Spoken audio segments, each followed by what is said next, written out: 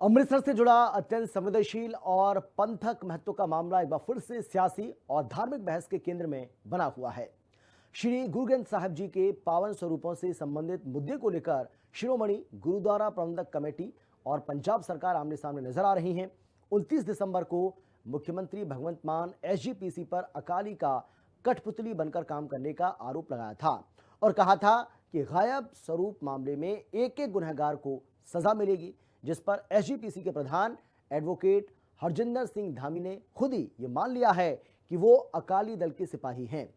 साथ ही ये आरोप लगाया कि संवेदनशील मुद्दे पर संगतों को गुमराह करने की कोशिश की जा रही है।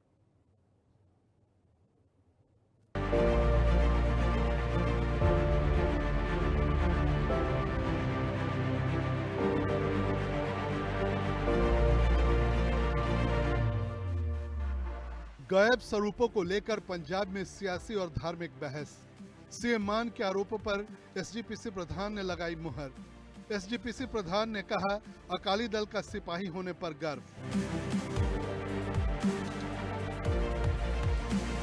श्री गुरु ग्रंथ साहिब जी सिख धर्म का सर्वोच्च और पावन ग्रंथ है। ऐसे में उनसे जुड़े किसी भी मामले को लेकर भावनाएं अत्यंत गहरी और संवेदनशील होती हैं। अमृतसर में सामने आए 328 पावन स्वरूपों के मामले ने एक बार फिर पंथक मर्यादा, संस्थागत अधिकार और राजनीतिक हस्तक्षेप को लेकर बहस शुरू हो गई है। दरअसल पंजाब के भगवंत मान सरकार ने श्री गुरु ग्रंथ साहिब जी के पावन स्वरूपों से जुड़े मामले में एफआईआर दर्ज कर जांच के लिए एसआईटी का गठन कर दिया है। सीएम मान ने कहा कि एक भी आरोपी नहीं बचेगा। इससे एसजीपीसी की बेचैनी बढ़ती नजर आ रही है। 29 दिसंबर को कैबिनेट मीटिंग के बाद मुख्यमंत्री भगवंत सिंह मान ने प्रेस कॉन्फ्रेंस कर लापता स्वरूपों की जांच के बारे में बताने के साथ ही एसजीपीसी पर अकाली दल के कठपुतली के रूप में काम करने के आरोप लगाए और सीएम मान के इस आरोप को एसजीपीसी के प्रधान हरजिंदर सिंह धामी ने भी मुहर लगा दी। धामी ने कहा कि उन्हें इस बात पर गर्व है कि वे शिरोमणि अकाली दल के सिपाही हैं। मैं ठीक शिरोमणि गुरुद्वारा प्रबंधक कमेटी का प्रधान हाँ, पर मेरी जी जथेबंदी आ वो श्रोमणी अकाली दल आ। सो मैं ये भी क्लीयर करना चाहना, ये रोज सवाल उठते आ ते मैनू माण आ कि मैं श्रोमणी अकाली दल का सिपाही भी हाँ। मैनू इस गल ते भी बड़ा माण आ। मैं सारिਆਂ ਨੂੰ निमरता सहित बेनती करदा कि मैं उस जथेबंदी ਨੂੰ रिप्रेजेंट करदा जिहदे प्रधान सरदार सुखबीर सिंह बादल है।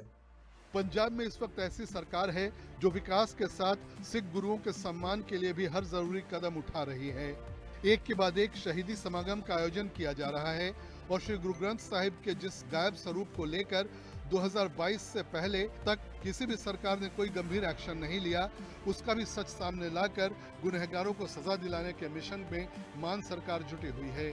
मुख्यमंत्री भगवंत सिंह मान ने एसजीपीसी पर मनमानी करने का आरोप लगाते हुए कहा था कि धार्मिक संस्थाओं का काम केवल समाज और धर्म की सेवा होना चाहिए, न कि राजनीतिक या निजी स्वार्थ साधना।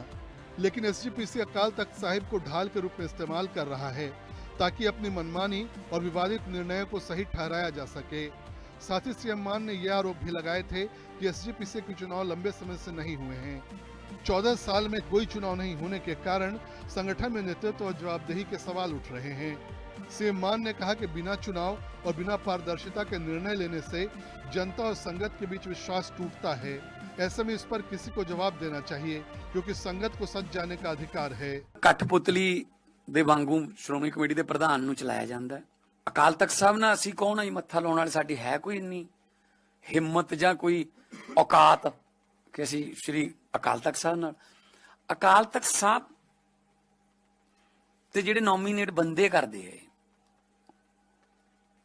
ਉਹਨਾਂ ਬਾਰੇ ਤਾਂ ਗੱਲ ਕੀਤੀ ਜਾ ਸਕਦੀ ਹੈ। ਸੰਗਤ ਹਿਸਾਬ ਮੰਗਦੀ ਹੈ ਨਾ, ਆਪਦੇ ਹੀ ਨੇ ਹਰੇਕ ਸਾਲ ਆਪਦੇ ਚੋਂ ਚੁਣ ਕੇ ਕਹਿੰਦੇ ਨੇ ਅਕਾਲੀ ਦਲ ਦੀ ਫੇਰ ਵੱਡੀ ਜਿੱਤ। ਯਾਰ ਉਹੀ ਤਾਂ ਹੈਗੇ ਨੇ, ਤੁਸੀਂ ਨਵੇਂ ਤਾਂ ਲੈ ਕੇ ਦੇਖੋ। ਮਤਲਬ ਆਪਦੇ ਹੀ ਨੇ, ਉਹਨਾਂ ਚੋਂ ਹਰੇਕ ਸਾਲ ਇੱਕ ਫੇਰ ਦੁਬਾਰਾ ਅਕਾਲੀ ਦਲ ਨੂੰ ਵੱਡਾ ਹੰਗਾਰਾ, ਸ਼੍ਰੋਮਣੀ ਕਮੇਟੀ ਦਾ ਪ੍ਰਧਾਨ ਅਕਾਲੀ ਦਲ ਦਾ। ਯਾਰ ਉਹੀ ਤਾਂ ਹੈਗਾ, ਤੁਸੀਂ 5 ਸਾਲ ਬਾਅਦ ਹੀ ਕਰ ਲਓ ਜਦੋਂ ਨਹੀਂ ਪਾਉਣੀਆਂ ਵੋਟਾਂ। ਸੋ ਆਮ ਲੋਕ ਜਿਹੜੇ ਨੇ ਉਹ ਇਸ ਗੱਲ ਤੋਂ ਬਹੁਤ ਆਹਤ ਨੇ, ਭਾਵਨਾਵਾਂ ਉਹਨਾਂ ਦੀਆਂ ਇਸ ਗੱਲ ਤੋਂ ਠੇਸ ਪਹੁੰਚਦੀ ਹੈ ਕਿ ਜੀ 328 ਸਰੂਪ ਜਿਹੜੇ ਨੇ ਉਹਨਾਂ ਦਾ ਮੁੱਦਾ ਕਿਉਂ ਨਹੀਂ ਤੁਸੀਂ ਚੱਕ ਰਹੇ? ਕਿੱਧਰ ਗਏ? ਕਹਿੰਦੇ ਇਹ ਤਾਂ ਪੈਸੇ ਦੇ ਲੈਣ ਦੇਣ ਦੀ ਝਗੜਾ ਹੈ, ਇਹ ਚ ਬੇਅਦਬੀ ਨਹੀਂ ਹੋ ਸਕਦੀ। ਇਹ 328 ਸਰੂਪਾਂ ਵਾਲਾ ਭੁੱਲ ਜਾਓ। गायब स्वरूपों को लेकर दर्ज की गई एफआईआर में कुल 16 लोगों के नाम दर्ज हैं, जिनमें एसजीपीसी के 10 प्रमुख सदस्य भी शामिल हैं, जिस पर एसजीपीसी के प्रधान एडवोकेट हरजिंदर सिंह धामी ने कहा 328 पावन स्वरूपों के मामले में जो एफआईआर दर्ज की गई है वो बिना पूरी और निष्पक्ष जांच के दर्ज की गई है। उन्होंने कहा कि इस एफआईआर के पीछे किसी भी प्रकार की पंथक भावना या न्याय की भावना नहीं, बल्कि केवल और केवल राजनीतिक मंशा काम कर रही है। साथ ही एसजीपीसी प्रधान ने इस आरोप को भी खारिज किया कि कमेटी ने किसी दोषी को बचाने की कोशिश की है। उन्होंने कहा कि इस पूरे मामले में सेवादार से लेकर तत्कालीन मुख्य सचिव तक जिन जिन की जिम्मेदारी बनती थी उन सभी के खिलाफ एसजीपीसी ने कार्रवाई की।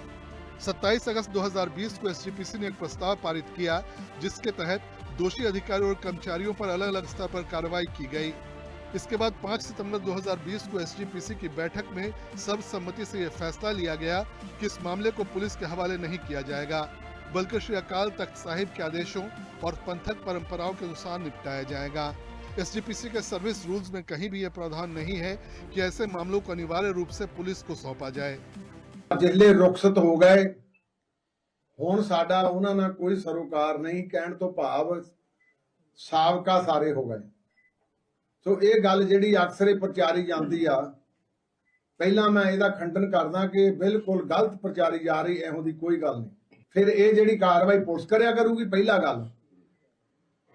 दूसरी, श्रोमणी गुरुद्वारा प्रबंधक कमेटी दे जिहड़े सर्विस रूल आ उन्हां दे विच किधरे भी ये नहीं लिखिया आ भी ये पुलिस नूं केस दिता जाऊगा।